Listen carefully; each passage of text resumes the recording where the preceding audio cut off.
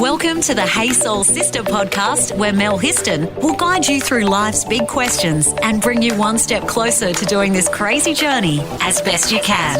This episode of Hey Soul Sista Podcast is brought to you by the fabulous sponsor, What's on Newcastle, from the city of Newcastle. All you need to do is go to what'son.newcastle.newsouthwales.gov.au for all the best information about our city. Hey Soul Sisters, we are getting up close and personal again today with sex therapist Gabby Lawrie. How are you? I'm great. Good to be back. Great to be back. So Gabby has actually been on Hey Soul Sista before, and we were just talking about what is the role of a sex therapist, which was really, really interesting. And we had such a great response to Gabby's episode that I was like, I think we need to do some further delving into some certain areas of sex and our sex lives. Yeah, so you down for that, Gabby? Absolutely. I've been waiting for someone to do this. Okay, so just quickly, let's go through your quals again, your qualifications, just so we're establishing that Gabby is our girl. I went to the University of Sydney and I studied to become a sexologist. So I'm a qualified sexologist. And after that, I went on to study resource therapy, acceptance commitment therapy, and I use the Gottman couples therapy so I can do more of the relationship aspect as well with couples, because I quickly saw after university that when couples come in with a sexual issue, they've got some other issues we need to address first. So I think was really interesting from the last episode that we did. I didn't realise that, but you explained that really well, that actually having potential issues around sex for couples, it actually is much deeper than actually just the act of sex. Absolutely. What I love, again, was that after that last episode came out, I was contacted by so many people that loved it. And they actually made their hubbies listen to certain parts of that episode. And that was around, Gabby, I don't know if you remember this, when you were talking about how men and women gear up for sex differently, I guess. And you were like, men sometimes don't realise that, you know, while you're cooking dinner or doing the housework, that if they come up and maybe grab you on the boob, that doesn't automatically mean you're going to get in the mood for sex. Absolutely correct. And I'm going to be honest, I actually went and played that part for my hubby. He's going to kill me. I was sitting there listening to it out on the veranda, and that part came up, and I'm like, right, rewind it back. And I'm like, honey, I need you to listen to this. And you know what? He was shocked. Yes. He actually was like really surprised that he didn't realise that if he just kind of, comes up and grab my boob or whatever, you know, especially around when I'm in the kitchen or I'm kind of preoccupied doing something else, he actually didn't get that doesn't necessarily work for me. That's such a common issue that I've seen over the years, that no one is taught how to seduce each other in the way that works best for a female body or a male body. So because males can be turned on like a firework, they can be visually turned on if they see their partner in a short skirt, they can be ready like a firework. You just light the fuse. Yeah. And women are more like a cold bath. We don't have testosterone giving us the signal. I mean, men think of sex at least once a day, every day. Women might think about sex once a week, or depending how much other stuff they've got on, how the relationship's going. So you have to imagine a woman's body like a cold bath that you heat up by living an erotic lifestyle all the time. Yeah. And they're definitely not ready if you just go for the target areas straight away. The nipples and clitoris grab straight away can be painful to her or irritating or oversensitive unless you've warmed up the rest of the body and the brain first. And so men aren't like that. Men are just like, boom. You could basically grab a lot of them on the penis and say, you ready, babe? And they'll be very happy. Yeah. But some aren't. Some are wired more the other way. So yeah. I remember once I was in Sydney and I was trying on a dress. It was like a ball gown or something because I was going to a ball. And I came out of the change room and my hubby was like, oh, damn, you look good in that dress. And I'm like, oh, really? And I did not feel attractive. It was like, 11 o'clock on a Saturday morning, didn't feel done up or special or anything like that. I'm literally just trying to find a dress that is going to be functional but still look good and that I feel nice in. So I walk out in this dress and he was just like, oh, damn, you look good in that dress. And I could see him and he's like, yeah, later on it's on. And I'm like, oh my God, like seriously, I do not feel hot or attractive at all right now. So that's interesting. That's that visual thing. Absolutely. Yeah. And so many women don't realise when they're accidentally turning men on, particularly some young women as well, like they might get accused of being a prick tease or something like that. And a lot of young women might not even know that just because their strap has fallen off the shoulder of their shirt, to them that's nothing. They might not know that that's turning him on. This culture kind of slut shames women for not being aware of that, but we think totally differently. Men and women think totally differently. So, and I'm just going to quickly say, just because a man does feel actually aroused because he may see a bit of your shirt fall down, that doesn't mean you have to do anything. That actually doesn't mean that does not mean you need to do anything. Yes, it's his responsibility. If he's aroused, that's his responsibility to control, to self-soothe, to give himself love.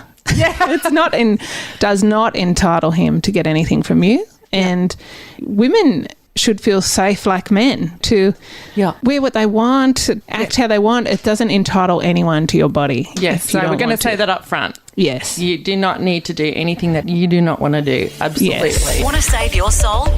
Review us on Apple Podcast.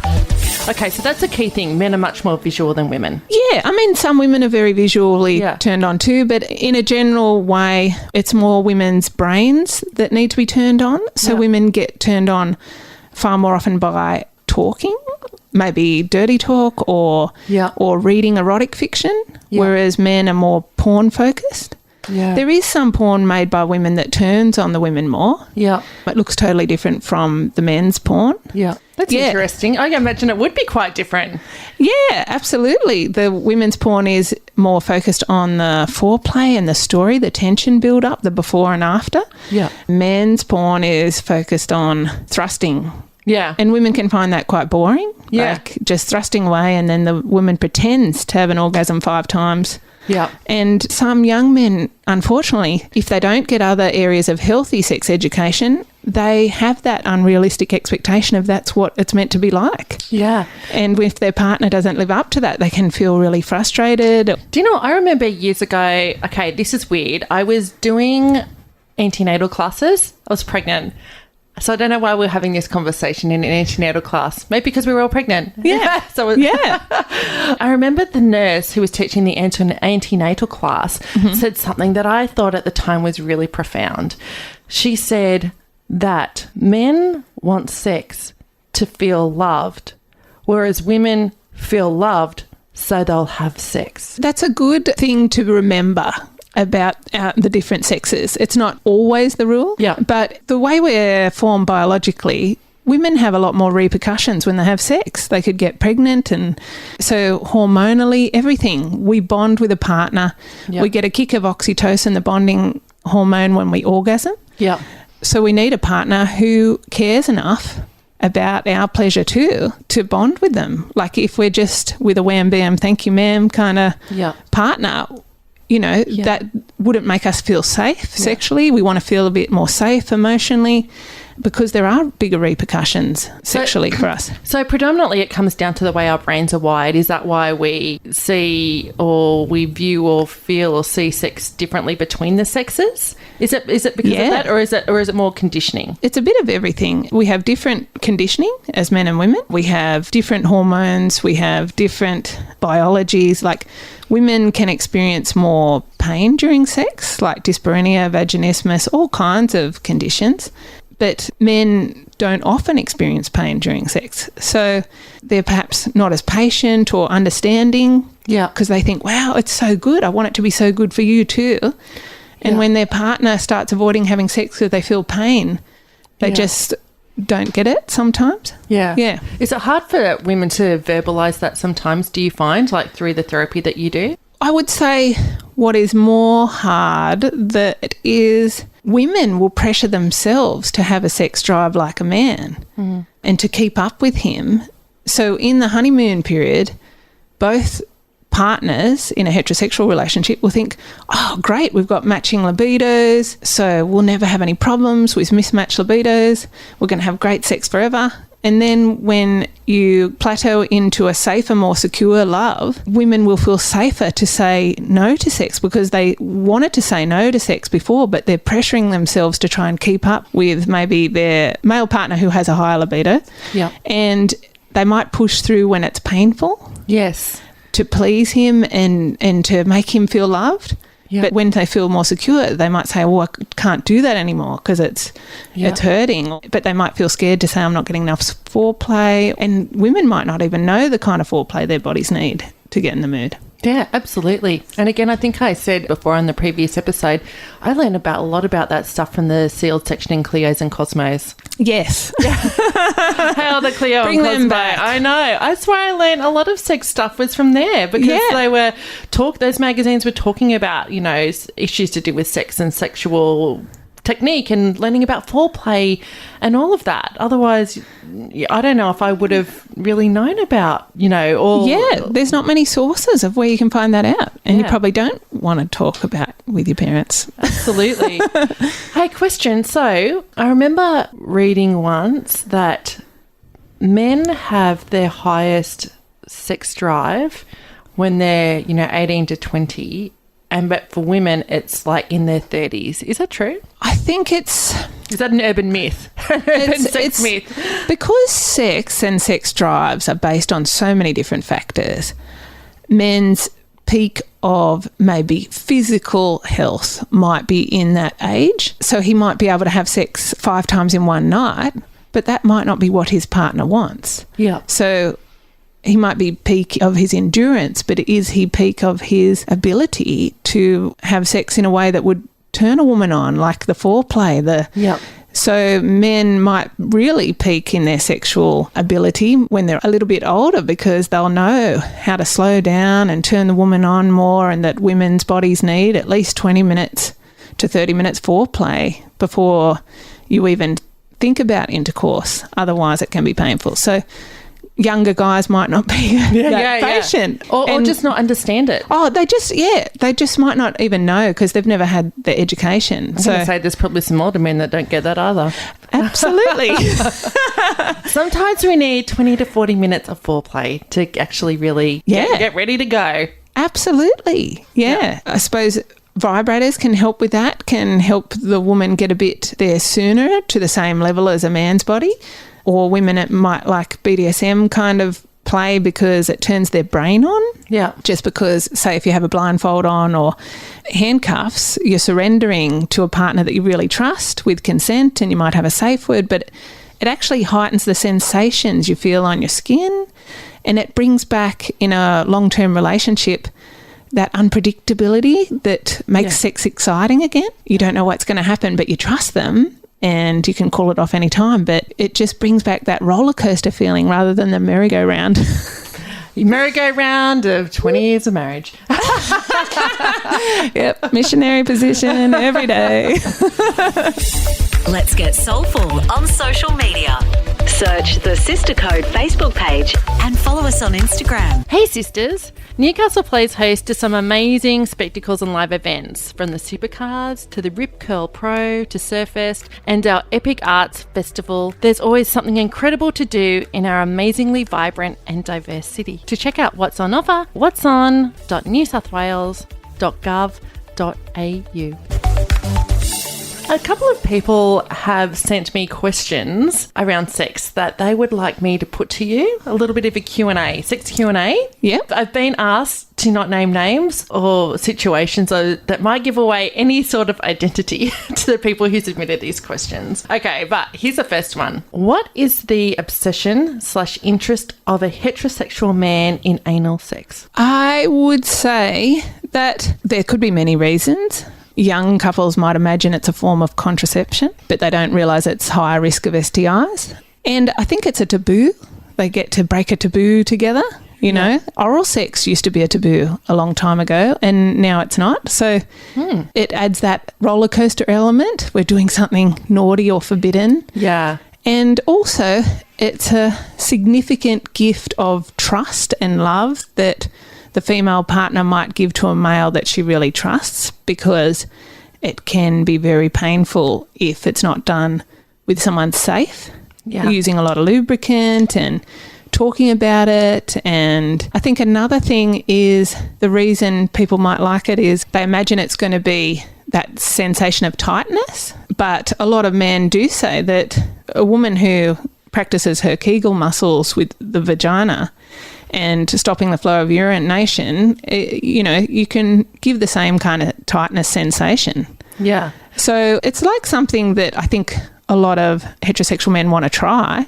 I wouldn't necessarily say that they're all obsessed with it and they all want to do it all the time. I'd say they like variety. Yeah. And women like variety. So I'm going to be honest, I've never done it. I did have a previous sexual partner that used to ask me for it all the time, and I was like, yeah, not going there. I don't want to go there. If it's on your hard no list, you shouldn't do it. If it's on your hard no list. And a lot of women, it's on their maybe list, but they're scared about, is there going to be a mess? Is it going to be too painful? So there's ways you can do it. If that's the only thing that's making you worried about it, there's definitely ways you can do it where, as long as you don't have IBS or anything like that, or you can look it up and do it in ways that is really clean and safe and and enjoyable. But you might want to have a vibrator on the clitoris at the same time. Yeah, because a woman, you wouldn't orgasm from anal sex, would you? Well, a lot of women don't even orgasm from vaginal sex. Yeah. Most women orgasm from the clitoral stimulation. Yeah. So whether the penis is inserted into the anus or the vagina, if you have a vibrator, one of those little bullets or egg vibrators held on the clitoris, then you can have a very powerful orgasm from either entry point, just because it might feel wild or naughty or things like that. So a lot of women don't orgasm from either way. Yeah. Just do what you feel comfortable. If you want to try it, there's safe ways of doing it. If it's on your hard no list, don't do it. Yeah, it's on my hard no list. I'm going to be honest with you. It really is. I've never wanted to do it. And, when I was being pressured to do it, it was a long time ago. I was just like, nah. And I think for him, it felt to me like him, it was a power thing to go, I finally got her to do it. And I was like, I'm not up for that. But anyway, that's just me. Yeah. And if there's a pressure situation in your relationship, you might want to see a therapist, because the pursuer distancer cycle can get very unhealthy. The higher libido partner, if they ever make out the lower libido partner is abnormal or inadequate or frigid, or there's something wrong with you and everyone else does this and why won't you do it, and if you really love me you should do it, that's not okay. That's sexual coercion, sexual abuse, but they might not be aware of it. So if you come in and see a sex therapist, we can point it out to you both when the pursuer distancer cycle gets toxic. I love that you just said that. I love that you said that actually if you're not feeling comfortable, that you actually can come and see a sex therapist like yourself to actually work that through, because it's actually not okay to be pressured into anything you don't want to do. Absolutely. Yeah. And there are partners who pressure deliberately and that are not okay and that are abusive, but there are partners who are just ignorant and are in this cycle accidentally because they didn't read Cosmo Cleo. Yeah. They don't know. Yeah. And they think it might get you in the mood, Cool. Okay, next question. How can you prolong a man's erection and how can you delay his orgasm? So I'm guessing like maybe if you are going to take a while to orgasm, how do you prolong their erection so that they're not going to orgasm before you?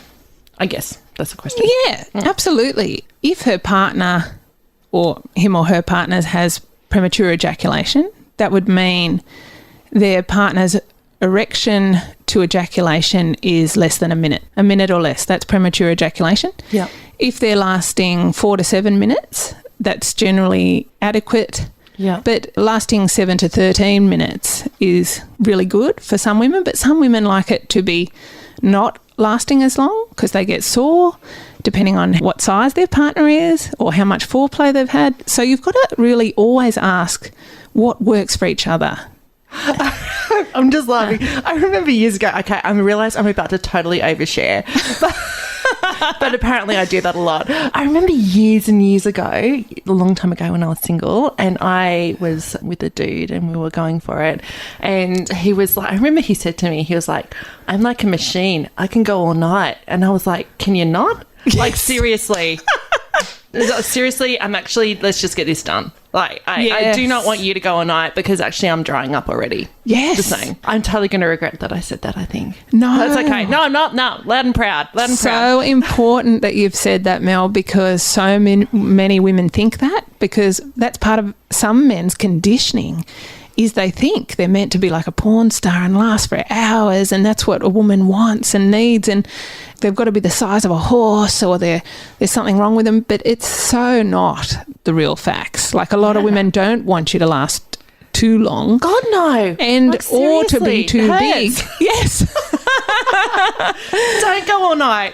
Yes. Do not go all night. So in terms of getting that person who asked that question, their partner's erection to last longer and stay longer, they can use a cock ring or a penis ring, which you can buy at a sex shop, and it goes over the shaft of the penis when it's semi-flaccid down to the bottom of the shaft, and then he gets an erection and it stops the blood flow going back in. So it can give them a harder erection for longer.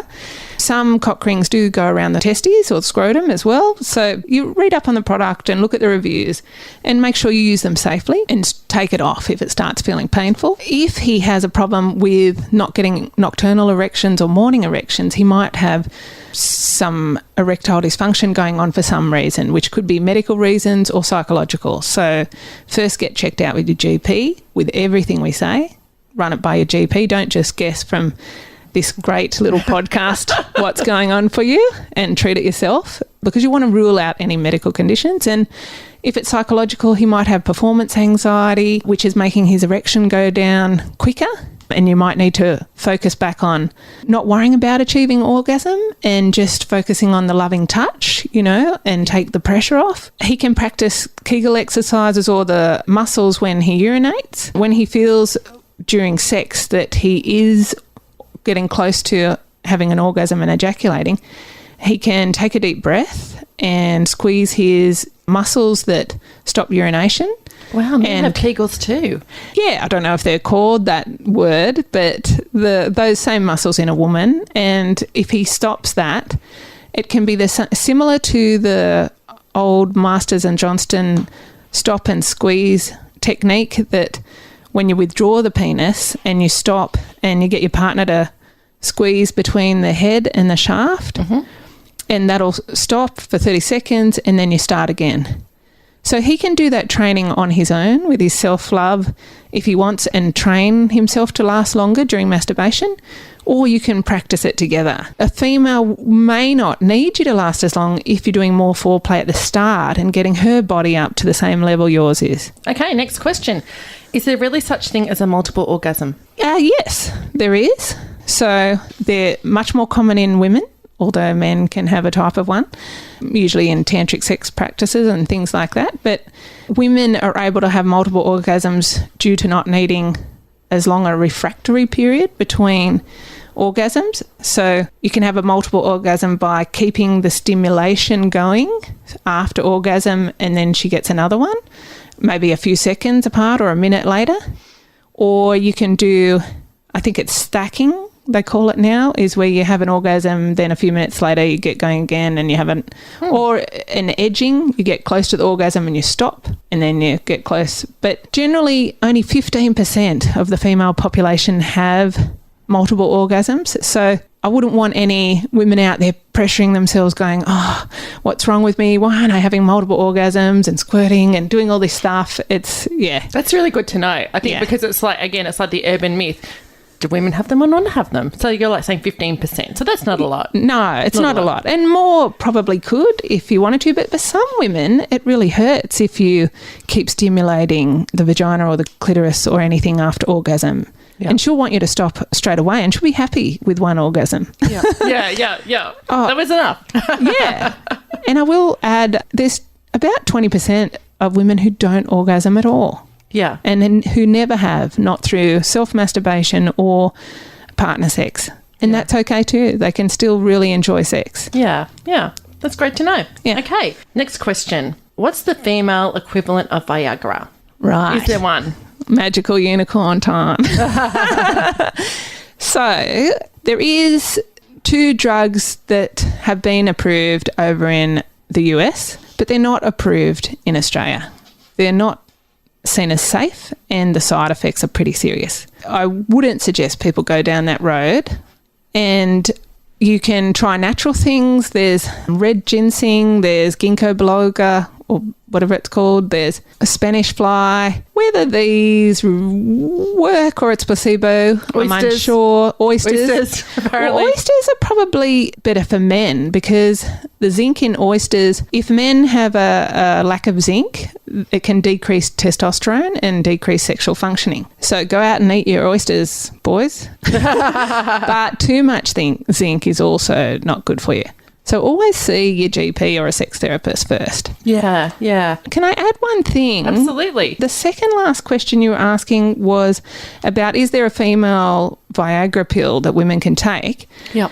The reason there isn't is because a female sex drive or libido is very dependent on lots of things. So if she's not getting enough sleep, if she's on antidepressants, or if she's not practicing self-care, or if the relationship, if they're having fights, all of that can make her libido go away. So Dr. Rosie King has a great book called Where Did My Libido Go? And Dr. Sandra Pertot does a great book about different mismatched libidos.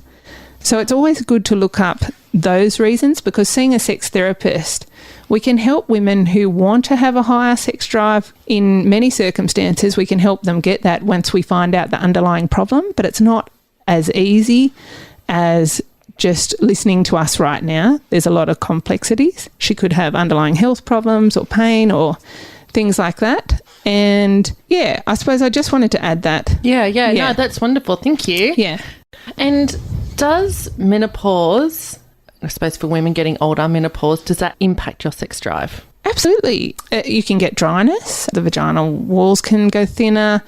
Some women want more sex, some women want less. It depends on the other symptoms of menopause you're experiencing. Some women are feeling really hormonally out of control and hot flushes and all kinds of things and not feeling very sexy.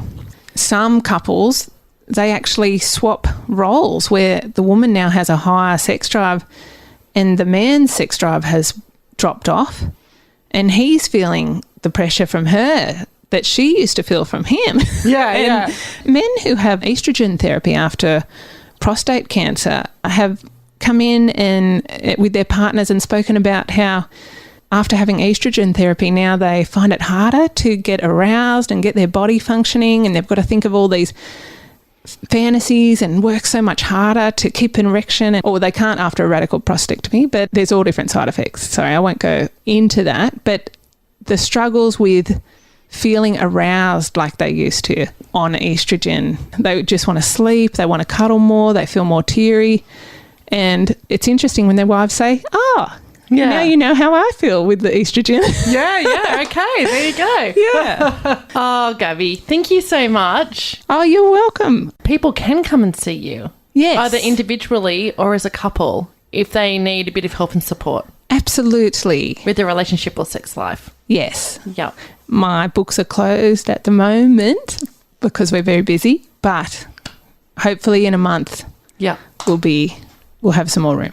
And so what's the best way for people to get in touch with you? Just look up the Thrive Wellness Hub website. So my profile's on there. So it's www.thrivewellnesshub.com, and a lot of great therapists on there if you need anyone else as well. Gabby, thank you so much. Do you know what? I think sex is one of those subjects where it can be really feel taboo, or it can feel a bit awkward to talk about.